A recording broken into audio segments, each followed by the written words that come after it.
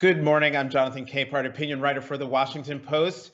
Thank you for tuning in to First Look, Washington Post Live's one-stop shop for news and analysis. We're going to jump right in it, and joining us right now, here comes the little box, Sunmin Kim, White House reporter for the Washington Post, covering President Biden as well as Capitol Hill. I'm still sort of stunned, Sunmin, that is your beat. But welcome back to First Look. We've had 2 full days of the second Senate impeachment trial of President Trump. And so, what are your three takeaways thus far?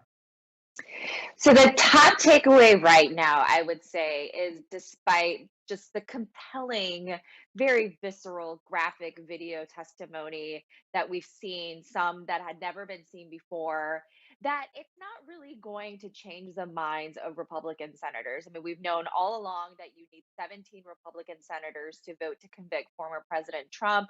And aside from, 5 to 6 potential votes in play, that most Republican senators weren't going to side against President Trump in this very consequential vote. So that's the key thing to keep remembering here, despite the gripping testimony or gripping video that we saw yesterday. But the other big takeaway here is despite how Republican senators will ultimately vote at the end of the day, that we just saw for the first time just how bad this could have been. We saw how close the rioters to um, got senior officials of Congress and Vice President Mike Pence, just how, from the inside, just how they smashed in windows, how a lone police officer was overwhelmed by insurrectionists just storming the Capitol through windows, through doors. And also in one moment that it really struck me yesterday was when we saw Officer Eugene Goodman, who has become Mm, such a heroic, just such a national hero of what he did to save lawmakers and staff at the Capitol that day. We saw in this never before seen footage how he just was rushing down the corridors of the Capitol, told Mitt Romney just to go run and hide. Otherwise, Senator Romney would have run into these people. And Senator Romney told reporters afterwards that he had never seen that footage before. So can you just kind of hmm imagine if you're Mitt Romney and seeing that unfold before your very eyes? And that's just another big takeaway here. Just how close. I mean, this was a disaster, but Right. just how much worse it could have really been for the So, Capitol. so Sun Min, I understand getting 17 Republicans to vote to convict to get to the 67 votes that are needed to convict President Trump is going to be a heavy lift. Um, why? That's for me to ponder, not you, as the news side reporter that you are.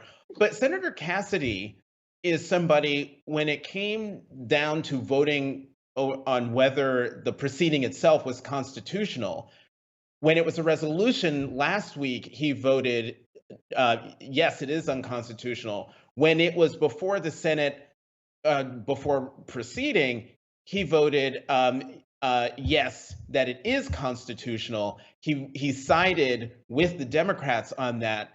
During the 2 days of the trial, he has been seen taking notes, seen clearly in distress in the proceedings. Why is he the only one, it seems, to be feeling that way, or at least showing that level of interest, that level of distress?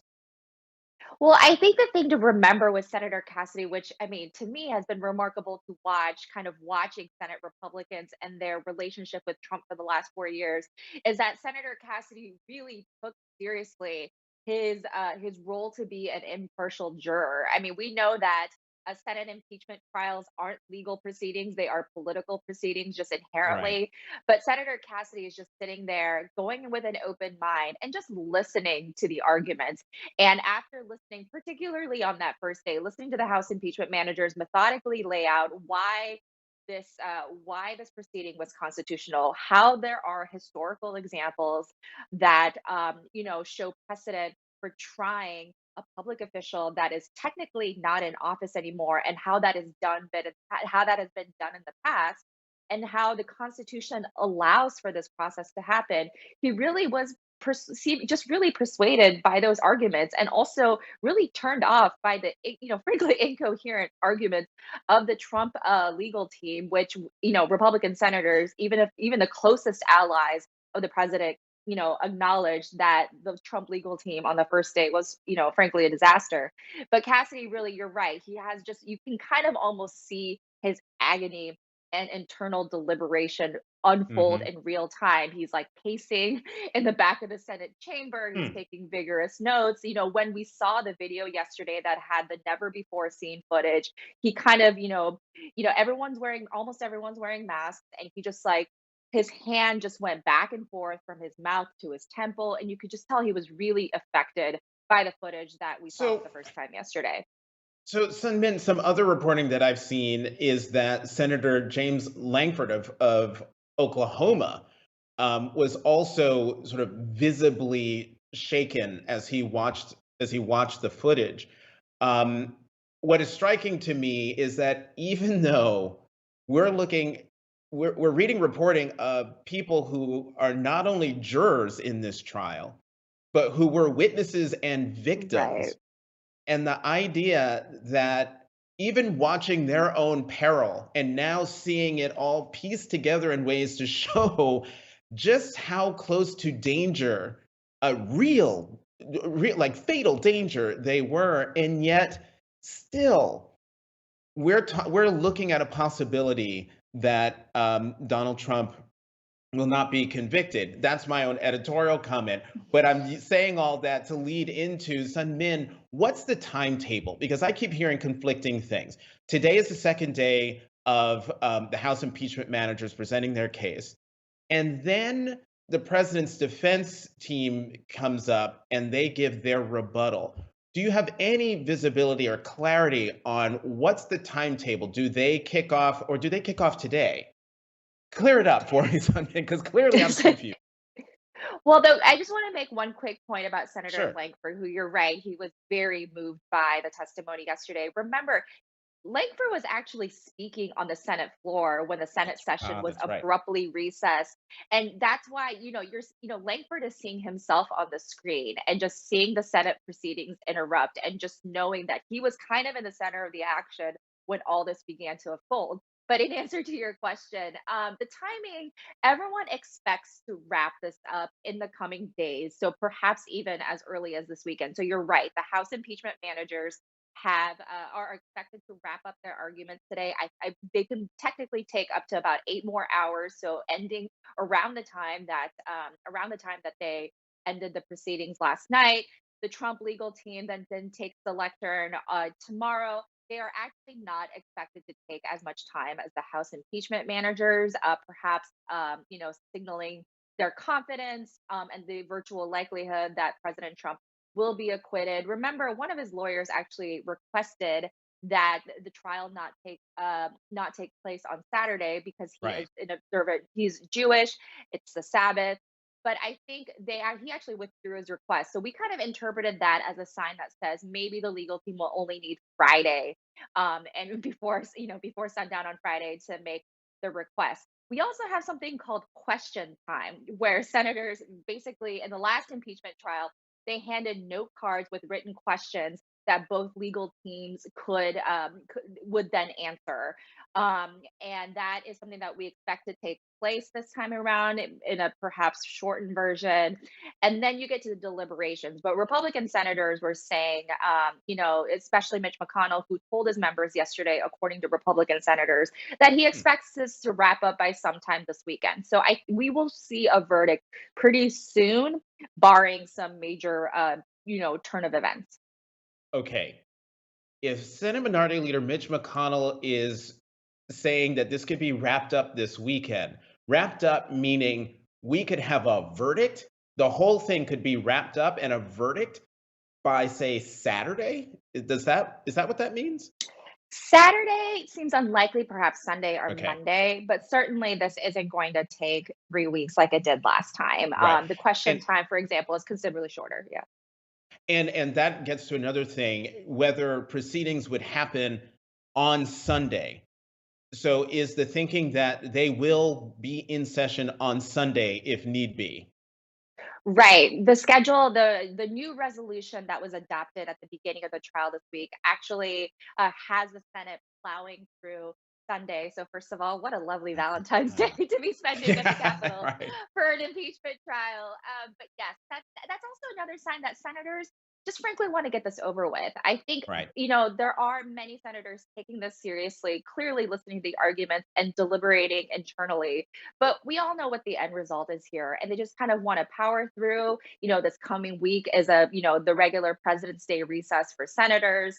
So they just want to just really kind of, again, get just muscle through the entire proceedings just to get it done. And real fast, so then does that mean the question of witnesses, is that just completely off the table? No one's going to call witnesses. So never say never, obviously, but we have True. been asking the House impeachment managers repeatedly this question, and it is a question that they have not engaged on. And privately, the thinking is that the videos that they had laid out in the last 2 days is kind of going to be the crux of their argument among senators. And there were some Democratic senators who were really adamant on the question of calling witnesses. Senator Mm. Angus King from Maine discussed this a couple of weeks ago. Last year, Chuck Schumer and everyone on down said it is not a trial without witnesses. But this time around, you're not seeing the same tune because, first of all, the House impeachment managers, because of the quick way that they move through this process in the House, they actually don't have a lot of these investigatory powers. They don't have subpoena powers. They can't Ah, subpoena, for okay. example, the former president or Mark Meadows. So they lack a little bit of that power here. But also, if let's say you try to subpoena Mark Meadows, he is almost certainly going to fight this in court. It'll drag out much longer. And I think Democrats are very aware of that, and they really want to, Right. proceed on President Biden's agenda, legislative agenda. So, Sun Ming, as always, just when we're really up and running, we gotta go. We're out of time. Thank you so much for coming back to First Look. Thanks for having me. Now, let's go to the opinion side of the Washington Post, where we will find my colleagues, Washington Post columnist George Will and deputy editorial page editor Ruth Marcus. Both, thank you both very much for being here. I want to get your reactions to the first 2 days of the impeachment trial. And George, since you're the newbie here, you go first. Well, it's a curious episode here because the senators are the jurors, yet they were the intended victims of the crime in judgment of which they're sitting. People, you were talking a moment ago about having witnesses. Everyone witnessed this. Right. The evidence is videotaped. The evidence is provided by the security cameras in the Capitol and by the iPhones carried by the perpetrators of the insurrections themselves. So it's a very curious thing. It is perfectly consistent to have voted, that impeaching a former president is unconstitutional. I disagree with that, but intelligent, reflective people of goodwill can believe that. Having lost that argument, now they are nevertheless required by their constitutional duty to form a judgment. If they vote to acquit, they are almost effectively amending the Constitution to remove the impeachment clause, because if what they've seen is not an impeachable offense, what in the world is? So there's going to be a moment of truth. You've talked this morning about Langford and Cassidy of Louisiana. They're not going to be the only ones, I have a feeling. There are going to be those who say, have been put through this, and this is why the masterful presentation by the managers from the House matters. This is a legitimate function of the legislative branch. The legislative branch does oversight of government. It investigates for legislative purposes, but third, it also has an educational function to bring the country up to speed on important issues. And they've done that masterfully here. Oh, Ruth, jump in here. What are your reactions of these first 2 days of this trial? Well, to build on what George said, masterful, with the exception of the president's lawyers, is a very apt word. It's so harrowing. It's so compelling. It's even more upsetting and powerful than I had expected. And it really underscores, even though we all think we know and pretty confident that we know the ultimate outcome here, the importance of going through this ordeal and going through this exercise for current events and also lessons of history. I'm going to say something that's going to surprise you, because it's going to put me a little bit, I think, to the right of George, which is, Oh, I'm buckled up here. I know, really, brace yourself. George is going to really need to brace himself. I think that if you are a senator who believes it may be a constitutional escape hatch for some of them to say that they don't have jurisdiction, but I think if you're a senator who believes in good faith that the Constitution does not apply to an impeachment trial in these circumstances, that they lack jurisdiction, I'm not sure that they are compelled to then go ahead and decide on the merits whether to convict, because they're in an odd role here. As George said, they're victims. They're actually sitting in the crime scene, which is now the courthouse, but they're serving as both judges and jurors. And I think they could go ahead and convict, having decided that they don't have jurisdiction, but I don't think they have to. And I think that it's worth thinking that through and underscoring that, because it is really important to have some way of trying to put these senators to the test of saying, even though I don't think that this impeachment is constitutionally valid, I abhor the president's conduct, and I do believe it rises to the level of an impeachable offense. And whether that's a censure motion, as the Washington Post editorial page argued today, or something else, I do think it's really imperative that they be put on the record. George, I'm going to come back to you on the censure question, but Ruth, let me stick with you, because George said something in his first response that I actually had a question for you, and that is, if Donald Trump is not convicted, what then does that say about impeachment as a way of holding a chief executive accountable? Is it rendered void? Is it rendered useless? And if the answer is yes, are we one corrupt president away from dictatorship? And I know that's a loaded term and it might be a little hyperbolic, but given what we watched live on television on January 6th, and given what the House impeachment managers have presented over 2 days, how is it not the appropriate word to use? Well, I think that the failure to convict would say more about this current Senate and the fecklessness of Republican senators who are not suffering from Stockholm syndrome, they're suffering from Mar-a-Lago syndrome. They continue to be the cowed hostages of even a Twitter silenced, disempowered Donald Trump. And I think that the role of impeachment is not simply to get a conviction or acquittal, but it's to hold people to account and almost to chill them. I think that when we saw these impeachment proceedings going forward in the House, Donald Trump settled down. And I've been wondering recently whether there was some talk about impeachment even before January 6th, given all of the outrageous conduct in the aftermath of the election that the president engaged in. And I'm wondering if I was not in favor of that at the time, but I'm now questioning myself, because if impeachment proceedings had been launched, say, after the phone call to Brad Raffensperger, the Georgia Secretary of State, maybe we wouldn't have suffered this ordeal. George, on the question of censure, would that be enough of a break or a chill, to use Ruth's word, on a future chief executive who might look at what Donald Trump did and see that as license to go even further?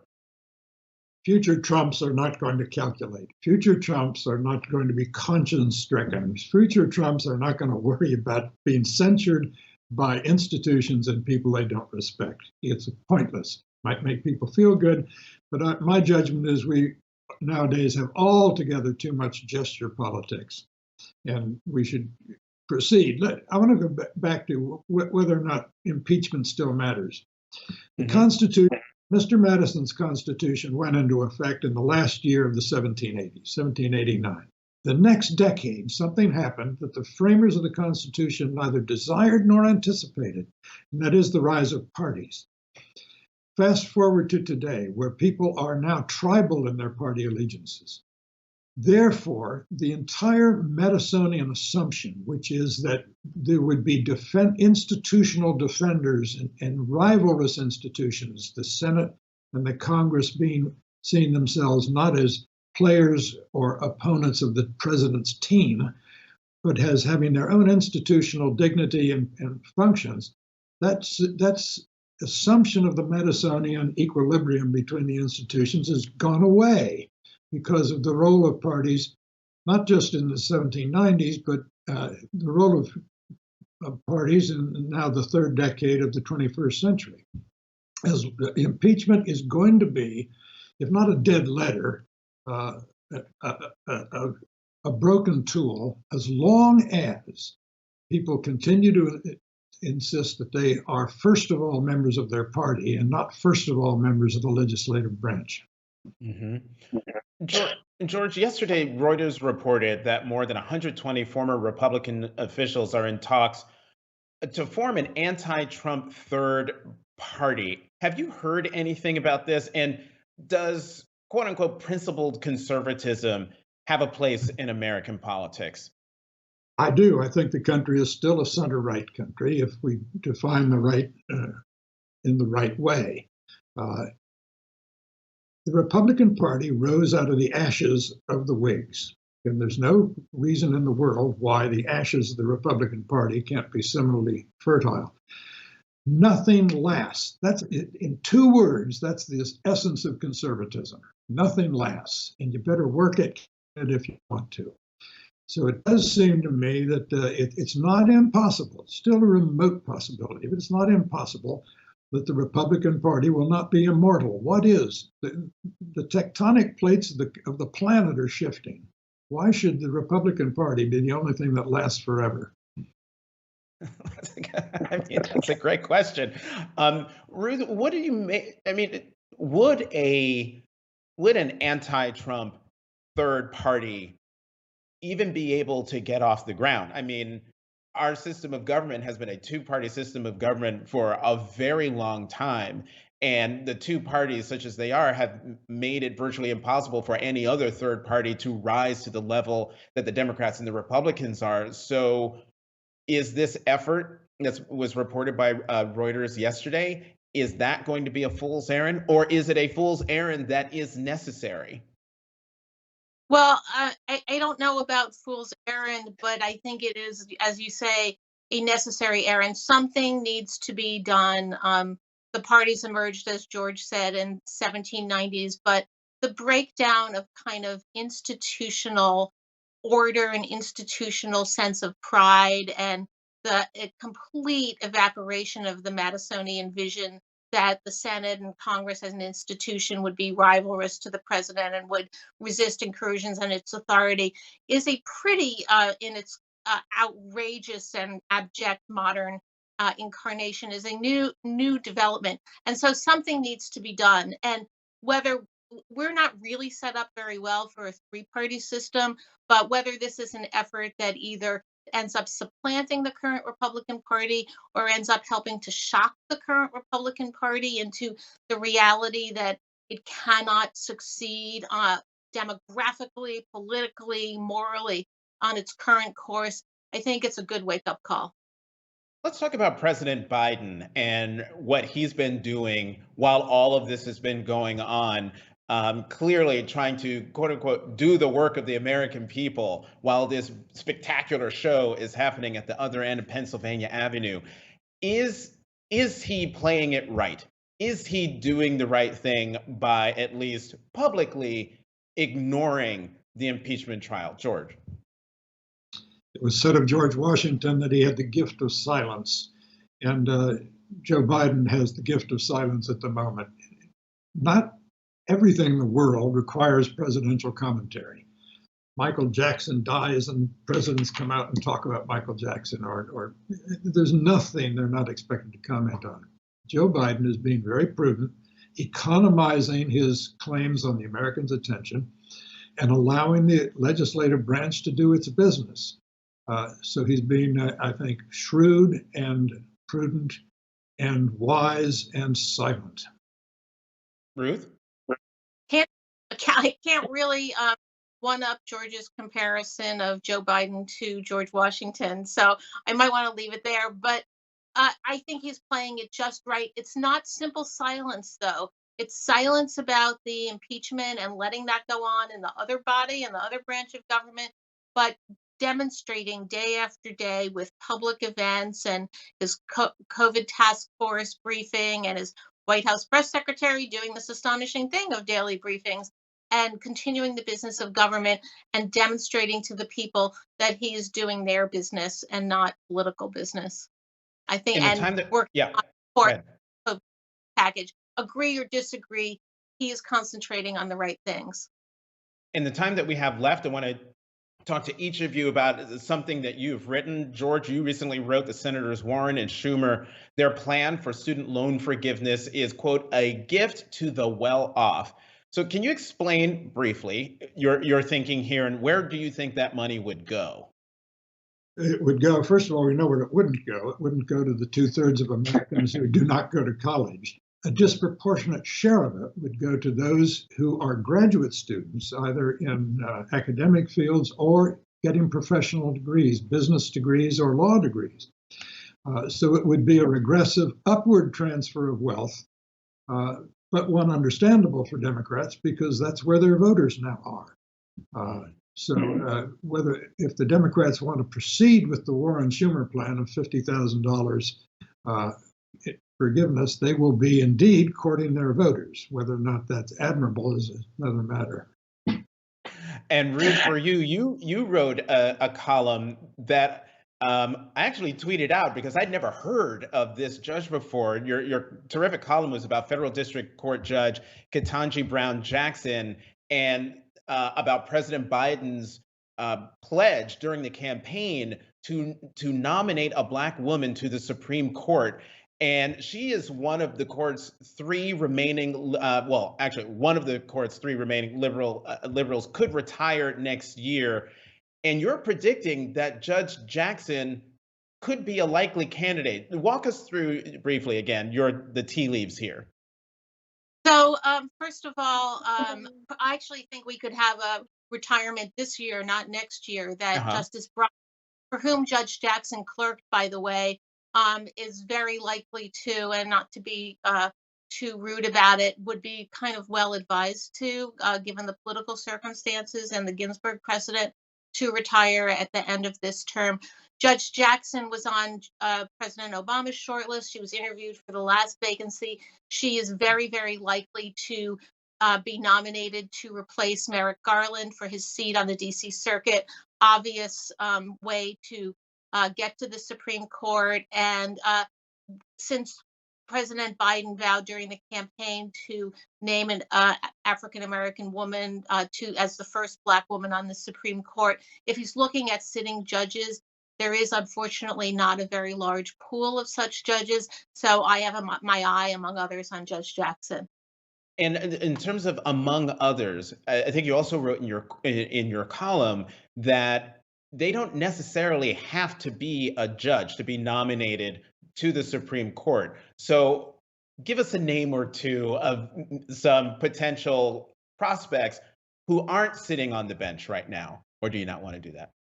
Well, I think it's so like we would look to judges that has been not the necessary thing. For example, Justice Kagan, who had been nominated to the DC Circuit but never confirmed, served as Solicitor General. I would think that the most likely alternative to Judge Jackson would be a justice on the California Supreme Court named Leandra Kruger, who's a veteran of the Obama Solicitor General's office and extraordinarily well credentialed. People in private life, you could imagine going to civil rights lawyers like Sherrilyn Ifill, to that's who I was thinking. Stacey Abrams. They would bring, if you're in private life these days, you have not behaved necessarily judiciously. You have said a lot of things that might upset a lot of people. CEG, near attendance confirmation hearings yesterday. So private life has an advantage in that you want people with a variety of backgrounds on the court, but you don't want to have, given the nature of the closely divided Senate, you don't want to have a bruising confirmation fight, and you don't want to have a surprise on the court. One of the reasons that Republicans have religiously stuck to judges on the with a lengthy track record is they didn't want any more suitors. They didn't want any more ideological surprises. So it's going to be a fascinating and by definition landmark choice, since President told us what he was going to do when he was candidate Biden. Well, I'm going to keep my eye on this and keep my eye on Judge Jackson now that you've put her on my radar screen. We're going to have to leave it there. Ruth Marcus, George Will, thank you both for coming to First Look. George, I hope you'll come back. I'll be delighted to. And as always, thank you for tuning in. I will be back tomorrow at 9 a.m. with the authors of the new book, 400 Souls. The two authors are Ibram X. Kendi and Keisha and Blaine. They're actually the editors of this big volume, incredible volume. This promises to be a powerful discussion, and I hope you will join me. Once again, I'm Jonathan Capehart, opinion writer for the Washington Post. Thank you for tuning in to First Look.